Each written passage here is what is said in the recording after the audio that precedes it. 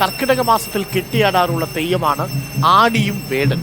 പഞ്ഞമാസത്തിൽ എല്ലാ വീടുകളിലും എത്തി ദുഃഖങ്ങളും ദുരിതങ്ങളും അകറ്റുകയാണ് കർക്കിടക തെയ്യത്തിന് പിന്നിലെ വിശ്വാസം. തെയ്യത്തിന്റെ വേഷം ധരിക്കുന്നത് കുഞ്ഞു കുട്ടികളാണ്. ഒന്ന് കണ്ടുവരാം.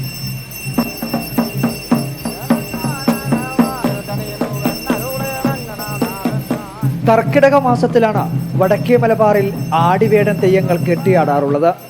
പ്രാദേശിക വൈവിധ്യങ്ങൾക്കനുസരിച്ച് തെയ്യത്തിന്റെ പേരിൽ വ്യത്യാസമുണ്ടാവാറുണ്ടെങ്കിലും പിന്നിലെ ഐതിഹ്യവും മിത്തും ഏറെക്കുറെ സമാനമാണ്. ക്ഷാമകാലത്തിന്റെ ദുരിതങ്ങൾ വീടുകളിലെത്തി തോറ്റംപാട്ടിലൂടെ പാടി അകറ്റുകയാണ് കർക്കിടക തെയ്യത്തിന് പിന്നിലെ വിശ്വാസം. അതായത് ഈ ആടിമാസം ആദിയും വ്യാധിയും അകറ്റാൻ ആ കുരിശുതർപ്പണത്തോട് കൂടി ഇപ്പോൾ പരമശിവനായതുകൊണ്ട് നമുക്ക് വിഭൂതിയാണ്, ഭസ്മമാണ്. ആ ഭസ്മം ഒഴിഞ്ഞ് വടക്കോട്ട് മറിച്ചിട്ട് നമ്മളെ എല്ലാ ആദിയും വ്യാധിയും ഒഴിഞ്ഞ് നീക്കിക്കളയാം. ജേട്ടാഭഗവതിയെ നിർത്തിയിട്ട് ശ്രീബോധിയെ വീട്ടിലേക്ക് അയറ്റണമെന്നാണ് ഇതിൻ്റെ ഉദ്ദേശം. വണ്ണാൻ മലയ സമുദായത്തിലെ കുട്ടികളാണ് ആടിയും വേടനുമായി വേഷമിടുന്നത്.